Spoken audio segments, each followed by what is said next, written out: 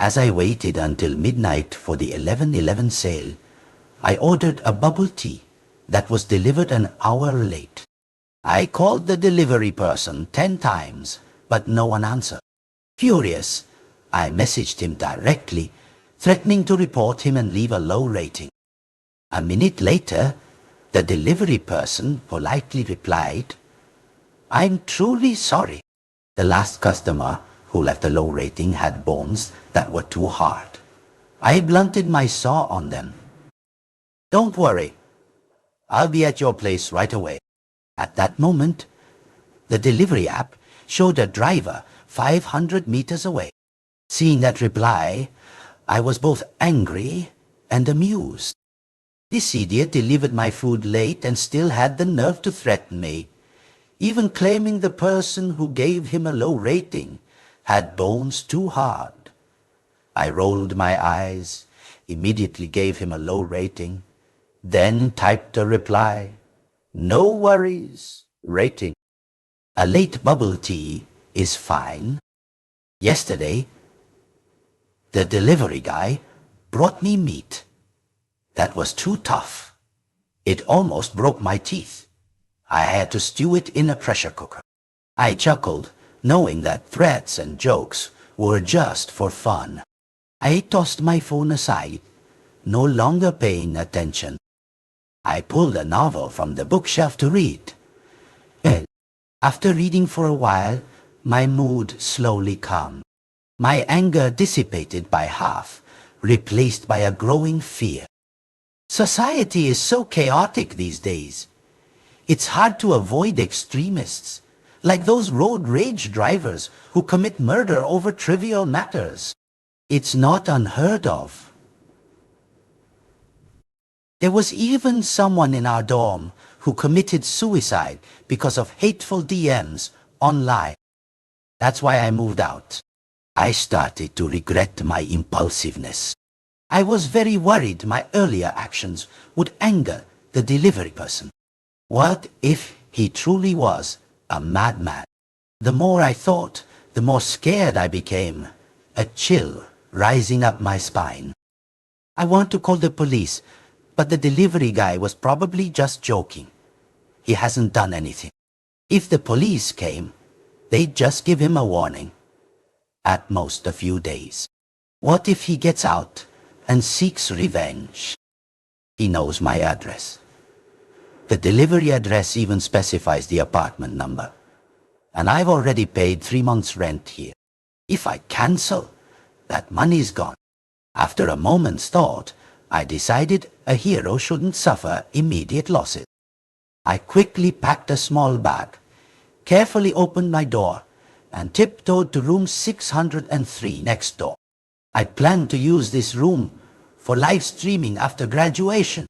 It was quite quiet, small, and not expensive. I never told anyone I rented the room next door too. The hallway was pitch black. Only the emergency exit sign cast a faint blue glow. For some reason, I suddenly felt tense. I swallowed, stepping lightly, trying not to trigger the motion sensor lights in the corridor. Cough, cough. Someone coughed twice on the 5th floor, followed by heavy footsteps. Someone was coming up, the steps growing clearer, and my heart pounded. I rushed into room 603, closed the door, and leaned against it, panting. Was it the delivery person? I gently turned, pressing my eye to the peephole. A young man in a bright yellow shirt, holding a bubble tea, looked completely normal, without a hint of anger. He glanced at the room numbers in the hallway, then hurried upstairs. I let out a sigh of relief. So he wasn't delivering my bubble tea after all. I was just scaring myself. These days, many people are still awake at 2 or 3 in the morning, just wanting a late-night bubble tea. I wiped the sweat from my brow, planning to just sleep on the sofa for the night. It was too late to deal with anything now. I'd handle it tomorrow. Just as I was about to fall asleep, my phone suddenly rang.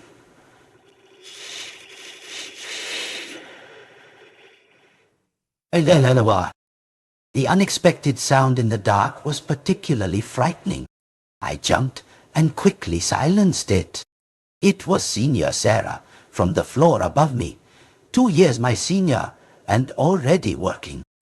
She was very kind, friendly with everyone in the building, except for the old lady downstairs. We shared similar interests, got along great, and quickly became friends. She usually looked out for me. I was about to text her back, saying I was asleep and we could talk tomorrow. Her message came through. Lynn, why was your bubble tea delivered to my place? Why did it go to her place? I quickly opened the food delivery app and realized I had entered the wrong address again. I'd set her address as the default. Because she'd helped me fix my phone last time, I treated her to fried chicken and then ordered food for her a few more times, carelessly leaving her address as the default. The delivery guy I just saw was the one who sent me those threatening messages. So now what about Sarah? A sudden fear surged through me. I swallowed and tentatively texted back. Did you open the door? Yeah. What's wrong? Is something up? I just opened the door, and the delivery guy apologized frantically, saying he had an errand on the way, which caused the delay. He begged me not to give him a low rating. Lynn, that delivery guy seemed really sincere. Almost in tears. Sigh, it's not easy to make money in this society. A low rating can cost them hundreds of yuan. My dear, don't give him a bad rating. Just check if the order is okay. Okay, I felt slightly relieved. Although I didn't agree with her, the delivery guy was late-hand, threatened me, so a low rating was perfectly justified. I decided it was better to avoid trouble, so I verbally agreed with her. So the delivery guy was just joking after all. She told him to bring the bubble tea down to you. When I saw that line, my pupils constricted. Even though I was sure he was just joking, his previous words still sent shivers down my spine. It was so late, and I was still a little afraid. I was about to say there was no need to send the bubble tea, and the delivery person could just leave. But then there was a loud banging on the door. I pressed my ear against the door. It was the adjacent one. I suddenly remembered Cousin Lily was still sleeping in my room. She came to visit me today, and I'd completely forgotten about her. I quickly typed, wanting to warn her not to open the door. The door was then flung open with a bang. What's with all the knocking? Can't a person sleep at night? My cousin's voice was loud and full of exasperation. I'm sorry. I'm truly sorry. I'm really embarrassed to be delivering this late. What food? Miss Lynn's bubble tea. My sister's? Fine. Just give it to me. What are you looking at? Don't dirty my house. I hate people with country accents like you. So annoying to listen to. My heart clenched. My cousin had always been tactless. I disliked her intensely, but I was also worried she might provoke this deranged delivery guy. If anything happened to her, I'd be responsible. I stood up straight and looked through the peephole. The delivery person had his back to me. Under the dim yellow light, his shirt was dirty, with several orange-yellow stains that looked very much like blood. Just as I was about to get a closer look, he suddenly turned his head through the peephole. His face was twisted and distorted, Even the curve of his mouth was unnaturally grotesque, his lips trembling as if he was trying to suppress a smile. His bloodshot eyes stared directly at me, as if he could see through the door to where I was hiding. I was so terrified I almost screamed. I quickly covered my mouth and slumped to the floor in front of the door, my heart pounding like a drum. It's okay, it's okay. He doesn't know I'm here, I reassured myself. For a long time, there was no sound from outside the door. Had my cousin really encountered trouble? I dug my nails into my palms, forcing myself to calm down. Just deliver it and leave. My cousin's voice echoed again. Slam! The door was forcefully shut, and the staircase fell silent again. The hallway lights went out completely. Looking out through the peephole, I saw only darkness. Was it over? My days, Lini. Had the delivery guy left? My heart still hadn't completely relaxed. A message from my cousin popped up. Sis, where did you go? Did you sneak out to have fun by yourself? And you didn't even take me. Well, I'll tell Mom and Dad all your secrets if you don't. Go to sleep. I'll take you out tomorrow. I didn't particularly like this cousin. Anything I said to her would become leverage for her next threat. No way. I slept all day today. I'm wide awake now. I want to go out for a walk. Pretty lady, you don't want that thing to get out, do you? Reading that, I was instantly irritated. My dislike for this cousin deepening. I didn't want to reply anymore, but my cousin sent a few cute cat stickers. Don't be mad. I was just kidding. I only said that because I'm worried about your safety. Remember to come home early. Can I drink the bubble tea you ordered? Go ahead, drink it, I replied irritably. All this had completely chased away my sleepiness. I turned my media volume to the lowest setting and scrolled through my phone on the sofa for a while. A social media video from my cousin from a week ago popped up. A rant about fragile students. She talked about how she had to go to the hospital after switching to cow's milk bubble tea, and how she needed to check carefully before drinking bubble tea in the future. My cousin was lactose intolerant.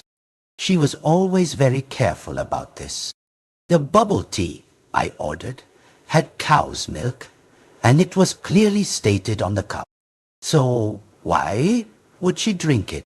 A terrible premonition arose in my heart. The person I was just chatting with might not be my cousin. It was possible someone else was holding her phone and texting me. She might have met with an accident. My heart tightened. A video call from my cousin came through. I hesitated for a moment, but answered anyway. Although I might see something terrifying, only by answering the video call could I confirm her safety. My cousin's face filled the screen, her expression still normal. She wasn't dead. Her large, grape-sized eyes narrowed into slits, looking both strange and terrified. Sis, where are you? Her mouth moved, saliva stringing from the corner. I'm at a friend's place, comforting her after a breakup. Don't worry about me. Go to bed early yourself. I made up a random excuse, trying to suppress my revulsion as I replied. Oh, you have friends. I heard you're not very sociable and don't have any friends. There was even a girl in the dorm who hated you and made you eat smelly rags, right? Did you eat them? I stared at her blankly, and my cousin changed the subject. So I have to sleep alone tonight. No way. I'm so scared. My cousin started whining. Her exaggerated expression made her already chubby face even more repulsive. I frowned, trying to come up with an excuse to get rid of her. My cousin's eyes darted around, then stared behind me. Sis, that Lotso bear behind you is really pretty. Can I have it? What, Lotso bear? I asked. Right there by the door. And the stitch next to it is nice too. Hold your phone up so I can see. And choose one. I looked at the stuffed animals hanging by the door. They were ones I'd won from a claw machine and hadn't used, so I hung them there. Once you get a doll, no more whining, and you sleep by yourself. I'll take you out tomorrow. I said my condition. Okay, my cousin agreed. I walked to the door, pointing my phone towards the stuffed animals. Hurry and choose. Which one? I'll bring it back for you tomorrow. The phone remained silent, impatient. I asked again. Little one, you've really put in the effort, haven't you? A deep, hoarse male voice came from the phone. I froze in terror, and with a clatter, my phone fell to the floor. I stiffly bent down. The expression on my cousin's face in the video call had completely changed. Fear crawled all over her features. The phone was moved further away, and I could finally see my cousin's entire body. Her body was grotesquely broken. Blood splattered all over the white-tiled floor. I helped you find my sister. Please don't kill me. She's the one who offended you. She said bad things. Wah! Wah! Wah! Go kill her instead?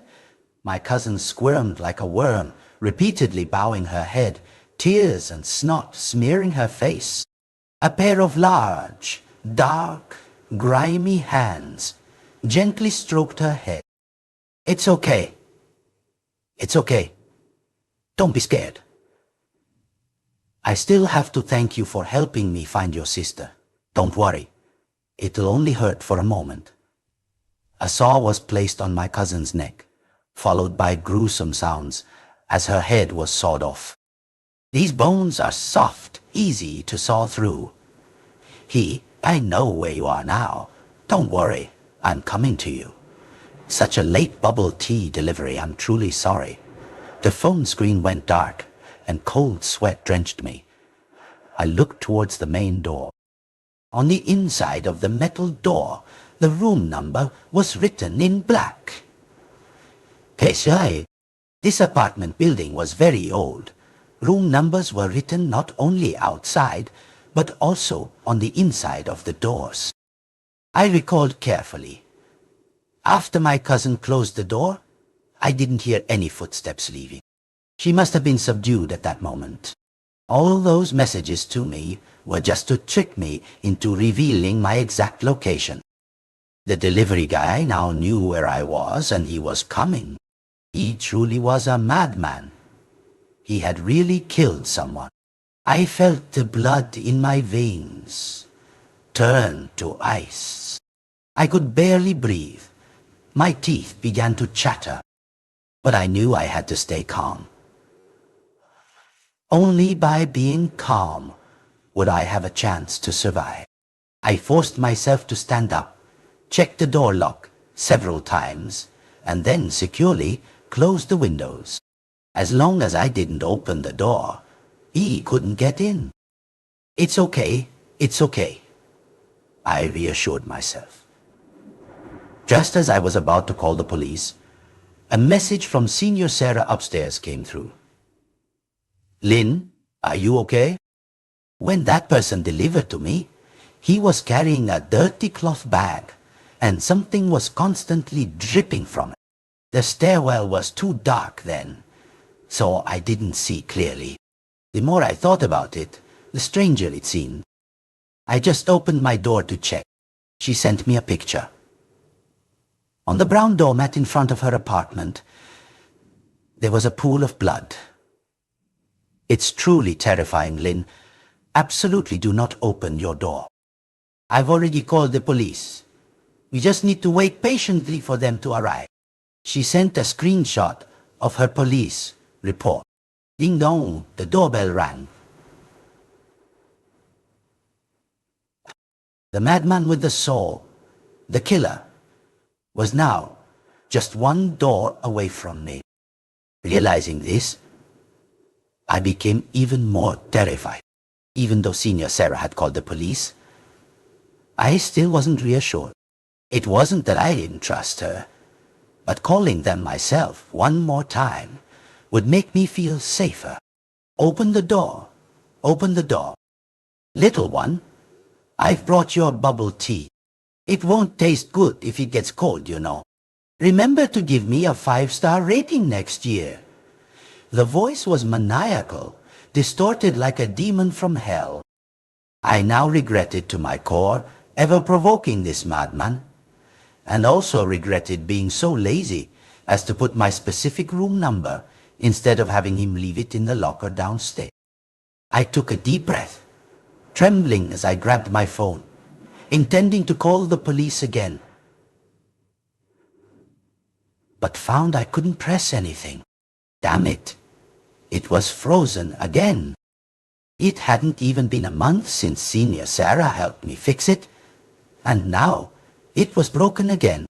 My list of regrets just grew longer. Some money shouldn't be saved. If a phone needs replacing, it should be. Because in an emergency, it's a matter of life or death. The door shook violently. The sound of sawing scratching against it made my scalp tingle. My scalp felt numb. I kept reassuring myself, thinking positive thoughts. Let him scratch. The louder the better. Maybe other residents will hear and call the police, thinking he's causing a disturbance. The sound outside the door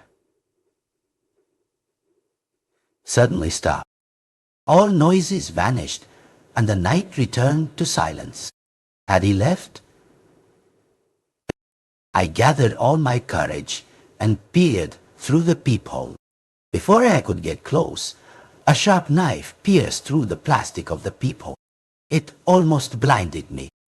My face went pale, a mix of horror and fear. I quickly stumbled back several steps away from the door. My instincts told me this door was no longer safe. I had to get away from it. Goosebumps covered my entire body. I immediately turned and ran to the balcony. I pulled the balcony curtains shut and locked the glass balcony door. Only then did my heart steady a little. Now there were 2 layers of doors separating me from the delivery guy. I just needed to wait safely for rescue. I sank to the balcony floor. Time stretched endlessly. A minute that normally flew by now felt incredibly long, each passing second unbearably agonizing. Doubts about Senior Sarah calling the police kept creeping in. What if she had met with an accident? Her phone might have been taken by the delivery guy, and those messages were just him impersonating her to text me. The police report could also be fake, just him trying to keep me calm.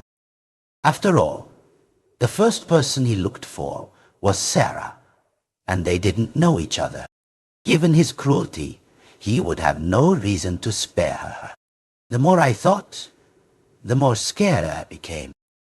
I turned on my phone screen, praying this broken device would miraculously work. But I still couldn't press anything. It remained stuck on the chat screen with Senior Sarah. The balcony light from the apartment above suddenly switched on, the abrupt brightness stinging my eye. Senior Sarah leaned down. "Lynn, why are you sitting here?" Seeing her appear unharmed, my heart instantly filled with joy. She was alive, So her claim about calling the police must be true. Why are you sitting here? She frowned, looking at me with concern. I told her everything that had just happened. Her eyebrows furrowed even tighter. After I called the police, I was still worried about you. I thought you weren't safe alone, so I wanted to see if we could find a chance to meet up and look out for each other. Hearing her words, tears welled up in my eyes.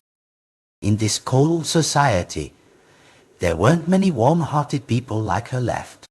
I've tied clothes together to make a rope. See if you can climb over to my balcony. It should be fine. I saw some AC repairman climb over last time, she said, stroking her chin. I thanked her profusely. I wanted to ask her if she wasn't afraid the delivery guy would hold a grudge against her because of me. After all, he only wanted to kill me. She could have completely stayed out of this. I thought for a moment, and then swallowed the question. What if she heard it, weighed the pros and cons, and then decided not to help me anymore? No, I'll just wait to be rescued this time, and I'll definitely repay her properly. What's there to thank for? We went to the same school and we're neighbors. I believe anyone would help today, she said, then sighed. I've always thought of you like a real little sister. You're very much like my younger sister. With that, she left. I pressed my ear against the glass door, listening for any movement outside. No more knocking, no more sawing against the door. Had he left, or was he lurking for something else? That knife stab earlier made me not dare to go into the living room anymore. I just paced around the balcony, tucking the scissors from the sink into my sleeve. Before long, she returned, a rope made of clothes in her hands. I've tied this end of the rope. You just grab it and climb up. I'll support you from this side. I nodded, pulling a plastic chair to the edge of the balcony. I stood on the chair and looked down, immediately feeling dizzy from the height, my legs turning to jelly. But I still wanted to climb up. I wanted to see if she had any communication devices at her place to call the police again. Having her call the police in front of me felt awkward, like I didn't trust her. Plus, she had already helped me so much. She saw me standing still and poked her head out again. What's wrong? Pale, I shook my head and explained, It's too high.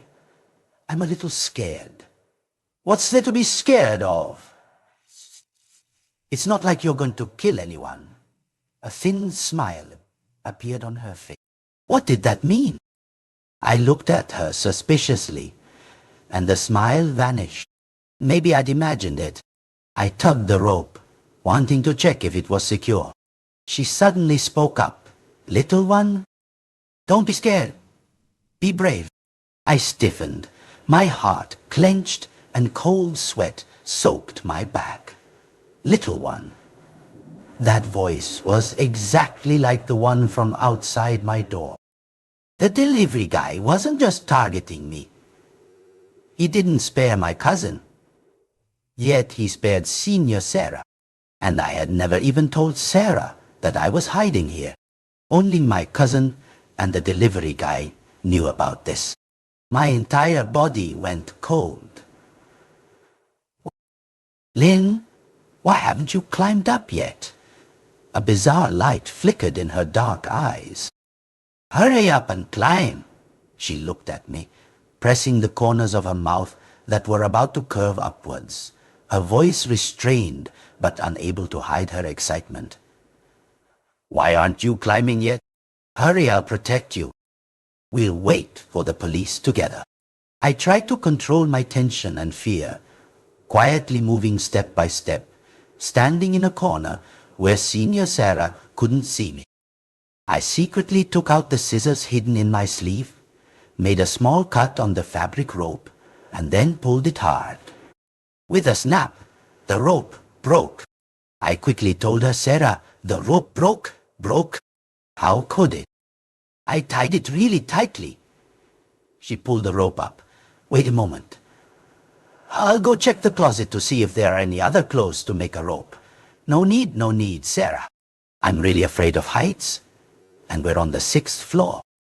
If I fall, it'll be really dangerous. I no longer trusted her, but revealing it now wouldn't benefit me. If I didn't expose her, she might still try to lure me with words. But if I did, there was no telling what she'd do. She was silent for a moment and slowly asked, Lynn, don't you trust me? I jumped. No, how could that be? You've always cared for me so much. How could I not trust you? I'm just really afraid of heights.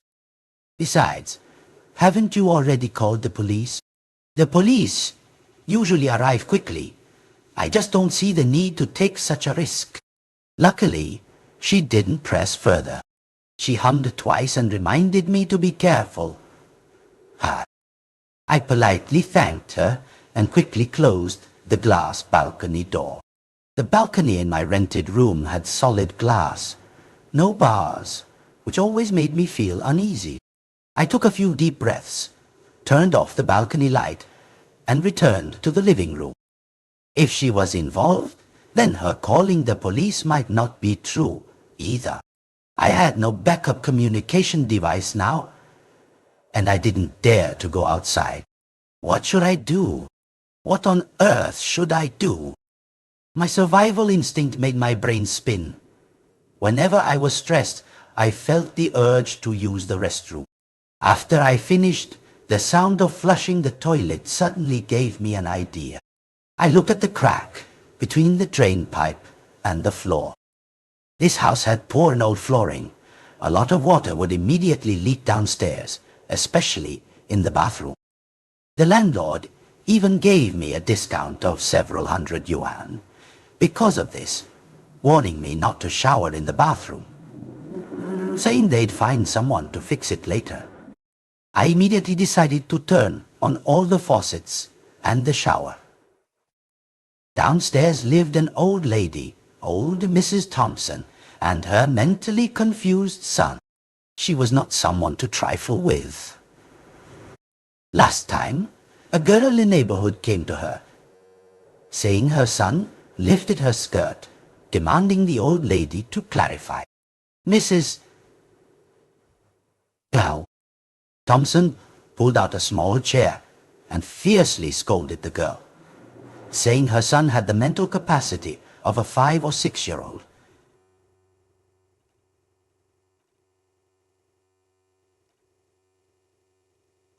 How could he have such thoughts? The girl must be the impure one, seducing my son. The girl cried in anger.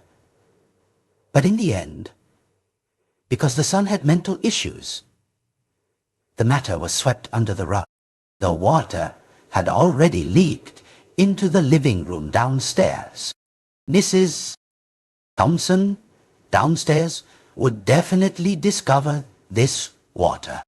I prayed inwardly. Knock, knock. The door was knocked. My heart leaped with joy. They came so fast. Room 603. Opened the door. We're the police. We just received your report. The police actually came. Had Senior Sarah really called them? Did she really want to help me? Perhaps those scary expressions I saw earlier were just my imagination. What if he didn't kill her simply because she was lucky and kind? My cousin had cursed at the delivery guy when she opened the door. Maybe that's why he killed her. She might have known I was here because she saw me enter this room. After all, we lived in the same building, so occasionally seeing each other wasn't strange. But my mind was a mess, countless chaotic speculations racing through it. My nerves were stretched taut like guitar strings, not relaxing at all. The sharp knife in the peephole had disappeared. I didn't dare go closer to look, only vaguely seeing the silhouette of someone in a police uniform. Is anyone in 603? Don't be scared.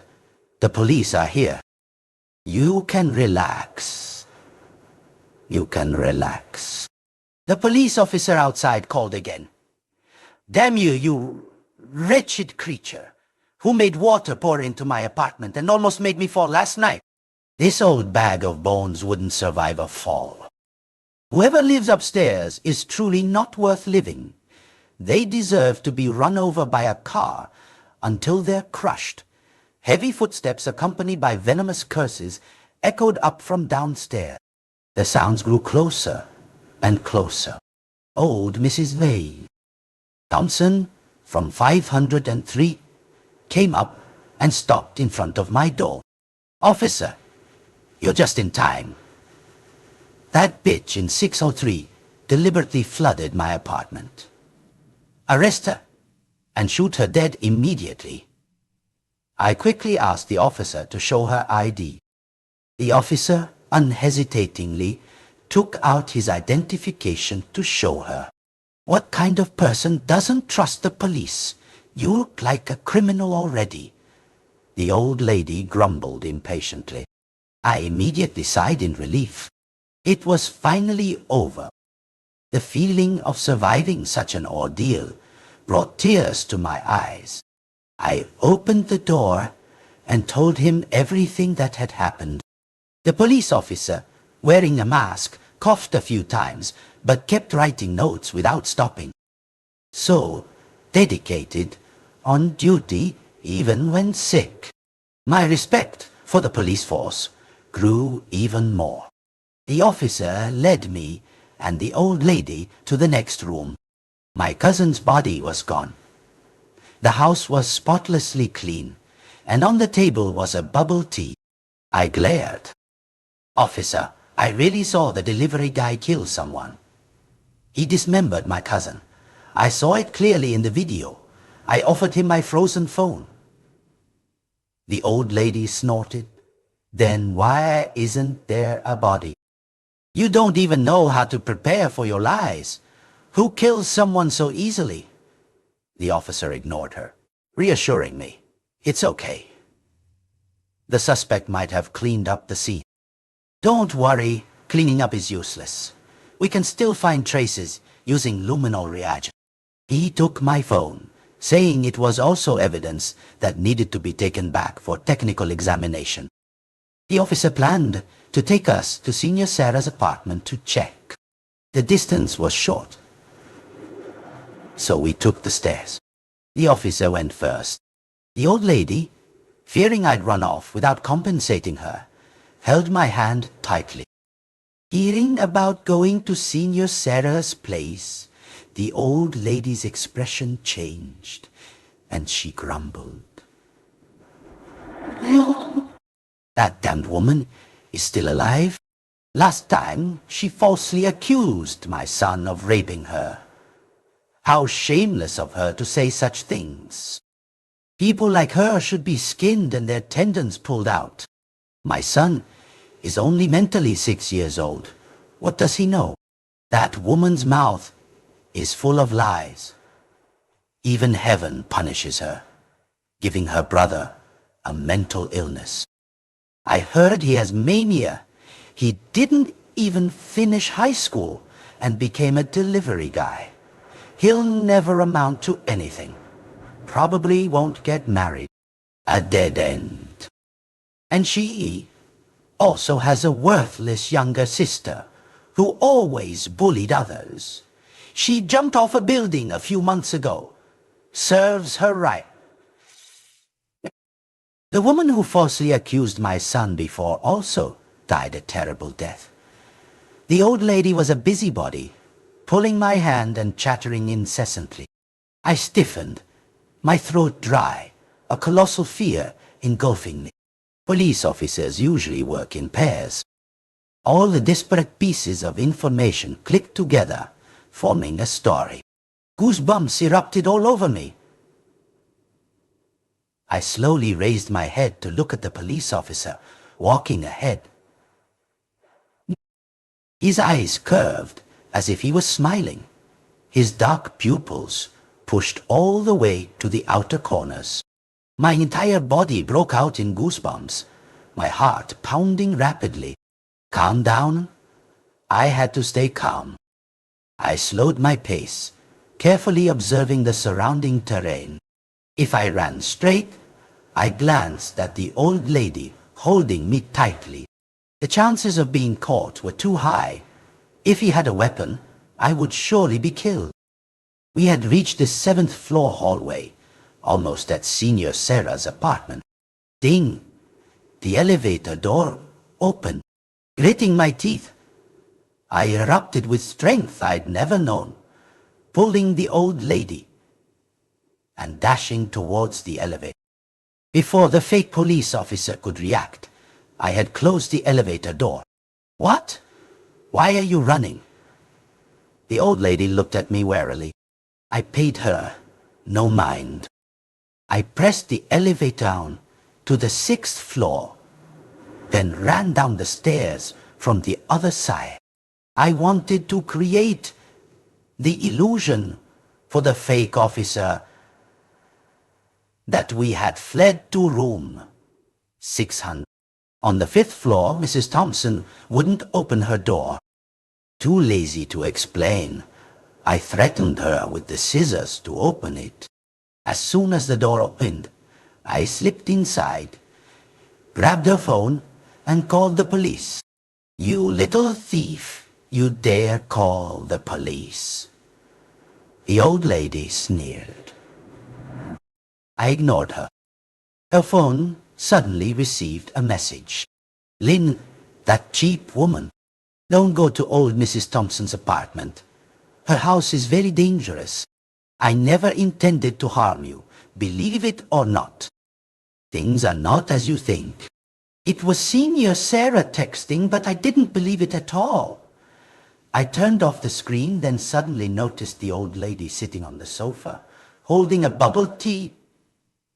Did you take that from my place? Yes. Why? Your apartment flooded mine so much. What's wrong with me taking a drink?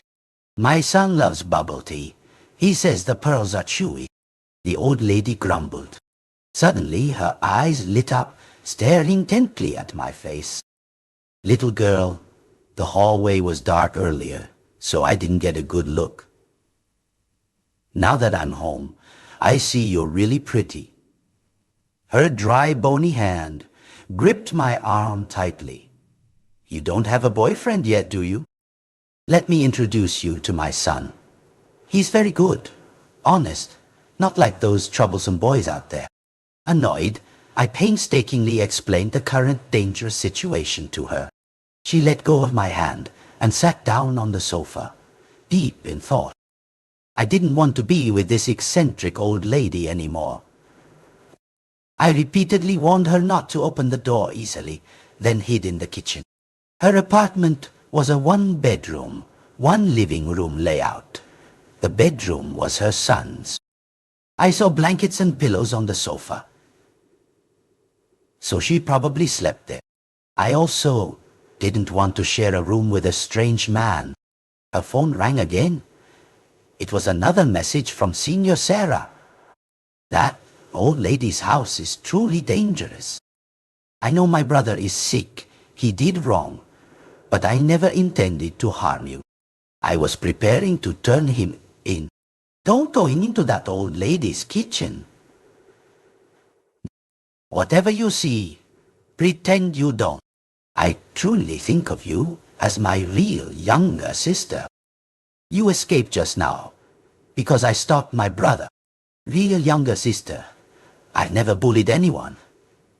Dangerous. Is it more dangerous than your killer brother? I put the phone in my pocket, silently pulling up a chair in the kitchen. I didn't know what the old lady was cooking in the pressure cooker. The smell was strangely fragrant. Because of the 11/11 sale, I'd been busy all afternoon and hadn't eaten anything. In the middle of the night, I just ordered a bubble tea and ended up in this situation. My stomach rumbled. Curiosity got the better of me. I opened the lid of the pressure cooker. Inside, half a human leg was stewing. It seemed to have been cooking for a long time. The flesh had softened and fallen off the bone. A feeling of disgust and terror engulfed my heart. "Little girl," an old voice echoed from behind me. Cold sweat drenched me in fear. I quickly squatted, trying to cover the pot. "What is it?" I pretended to ask calmly. "I've just been thinking. Do you know why you're in such a dangerous situation? It's because your house lacks a man. My son is truly very good. Let me take you to see him. You'll like him once you meet him." The old lady forcefully pulled me towards her son's room. Luckily, she hadn't looked closely at the pot behind me. She turned on the light. The bed was messy, but empty. "Where's my son? Where's my son?" she screamed, leaving me behind as she ran back to the living room. She was trembling, clearly worried and scared, as she went to the water dispenser to get water. When people are stressed, they want to drink water and use the restroom. She couldn't pour a single cup. The water dispenser was empty. She opened the bubble tea she'd taken from my apartment, poured it into her mouth, chewed for a moment, then spat out 2 crushed eyeballs. The old lady screamed. In that moment, her eyes became incredibly terrified. I gripped the scissors tightly in my hand. The old lady's door was kicked open. Several police officers stormed in and surrounded us. Finally, I was saved. The police took me back to the station and briefly explained what had happened today. Old Mrs. Thompson's son, exploiting his mental illness, routinely harassed women and unfortunately accidentally killed a girl. The mother and son had murdered someone and disposed of the body. Afterward, he didn't stop, attempting to play his tricks on Senior Sarah, but this time he met his match. Senior Sarah's brother, who suffered from bipolar disorder, manic phase, was extremely enraged by what happened to his sister.